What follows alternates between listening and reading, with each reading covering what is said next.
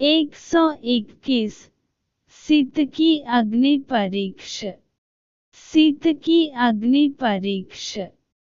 एक रात्रि विश्राम करने के पश्चात श्री रामचंद्र जी ने विभीषण को बुलाकर कहा, हे लंकेश, मेरे वनवास का समय पूरा होने को है।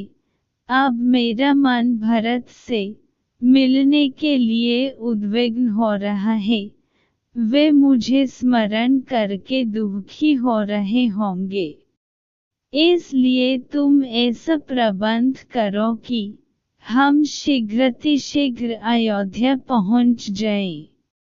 यह सुनकर विभीषण ने कहा, हे प्रभु, आप चिंता न करें, मैं एक ही दिन में आपको अयोध्यापुरी पहुंच दूंगा।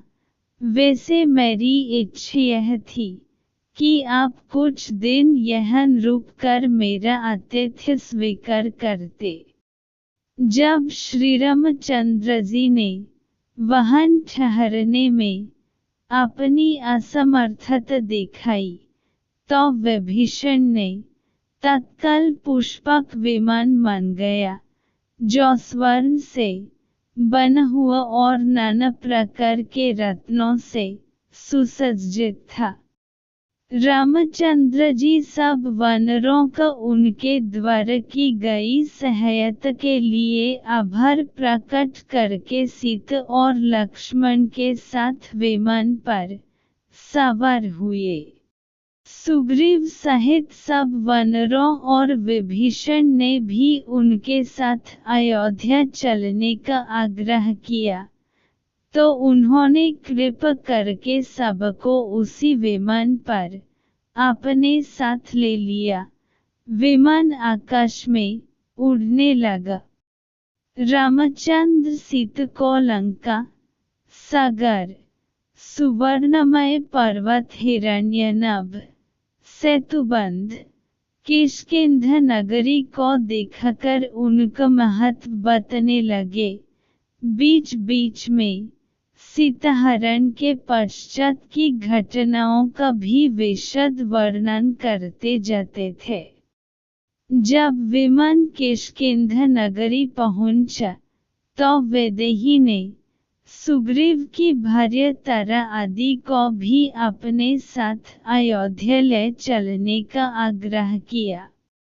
रघुनाथ जी ने विमान को वहां रुकवाकर सुग्रीव तथा अन्य युद्धपतियों से कहा कि वे शीघ्र अपने अपने परिजनों को, जो अयोध्या चलने के लिए उत्सुक हों, जाकर ले आए। श्रीराम की आज्ञा पाते ही वे सब अपने परिजनों को बुला लाए। फिर विमान अपने गंतव्य की ओर चल पड़ा। विमान चलते ही रामचंद्र ने सीता को ऋष्यमुख पर्वत दिखाया, जहां उन्होंने सुग्रीव से भेंट की थी। फिर उन्होंने शबरी की कथा सुनते हुए पंप दिखाया। जटायु के मरने का स्थान, महात्मा सुतीक्ष्ण तथा शरभ के आश्रम, श्रृंगवेपुर आदि दिखते हुए भरद्वाज मुनि के आश्रम पर पहुँचे। वहां उन्होंने विमान उतरा। भरद्वाज मुनि के आश्रम में पहुंचकर उन्होंने मुनि को सदर प्रणाम किया और कुशलक्षेम के पश्चात अयोध्यापुरी, भरत तथा माताओं के विषय में सूचनाएं प्राप्त की। फिर उन्होंने हनुमान से कहा, वानरराज, मैं चाहता हूँ कि मेरे अयोध्या पहुंचने से पहले तुम अयोध्या जाकर पता लगाओ कि राजा भवन में सब कुशल से तो हैं। तुम श्रृंगवेरपुर पहुंचकर वनवासी निषदराज से भी भेंट करो। उनसे तुम्हें अयोध्या का मार्ग भी ज्ञात हो जाएगा। भरत से मिलकर उन्हें हमारे कुशल समाचार देना और यहाँ हुई समस्त घटनाओं से उन्हें अवगत करना। उन्हें यह भी बता देना कि हम लोग सफल मनोरथ होकर राक्षसराज विभीषण, वानरराज सुग्रीव तथा अन्य मित्रों के साथ प्रयागराज तक आ पहुँचे हैं। साथ ही भरत की मुखमुद्रा का भी सूक्ष्म अध्ययन करना। यदि उन्हें हमारा आगमन अरुचिकर प्रतीत हो तो मुझे सूचित करना। ऐसी दशा में हम अयोध्या से दूर रहकर तपस्वी जीवन व्यतीत करेंगे। तुम शीघ्र जाकर उन्हें सब बातों की सूचना दो। प्रभु की आज्ञा पाकर हनुमान मनुष्य का रूप धारण कर तीव्र गति से अयोध्या की ओर चल पड़े।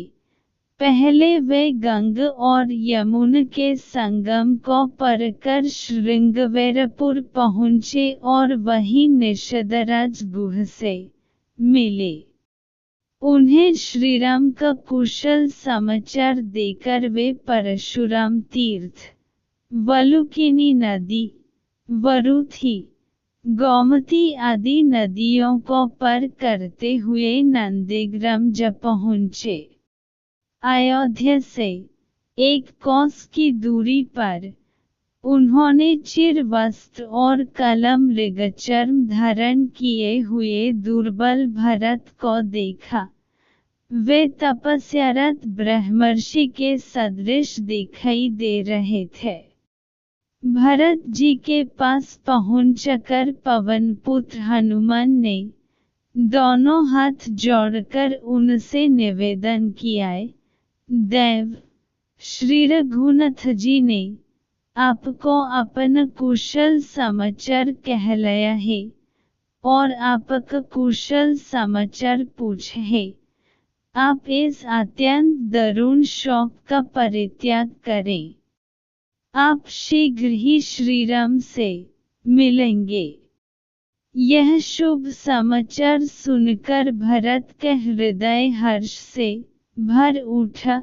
उन्होंने बड़े उत्साह से पवनपुत्र को प्रेमपूर्वक अपने हृदय से लग लिया और बोले, भैया तुमने जो मुझे यह प्रिय संवाद सुनाया है, इसके बदले में मैं तुम्हें क्या दूँ? मुझे कोई ऐसी वस्तु दिखाई नहीं देती जो तुम्हारी इस शुभ सूचना का उचित उपहार हो सके।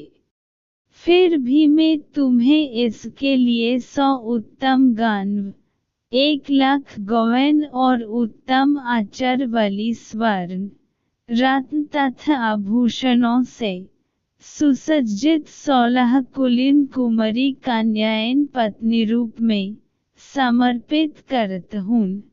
फिर बोले, सौम्य मुझे यह बताओ कि श्री रघुनाथ जी का और वानरों का मेल मिलाप कैसे हुआ?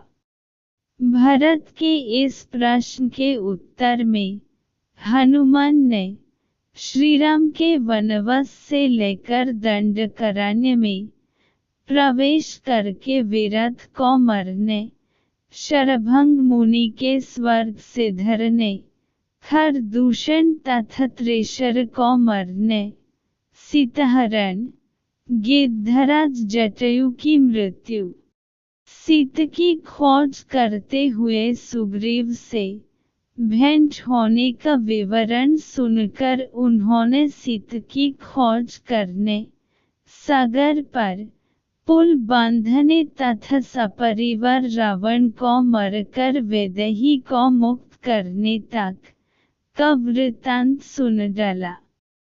यह भी बता दिया कि अब रामचंद्र जी पुष्पक विमान से अयोध्या आ रहे हैं।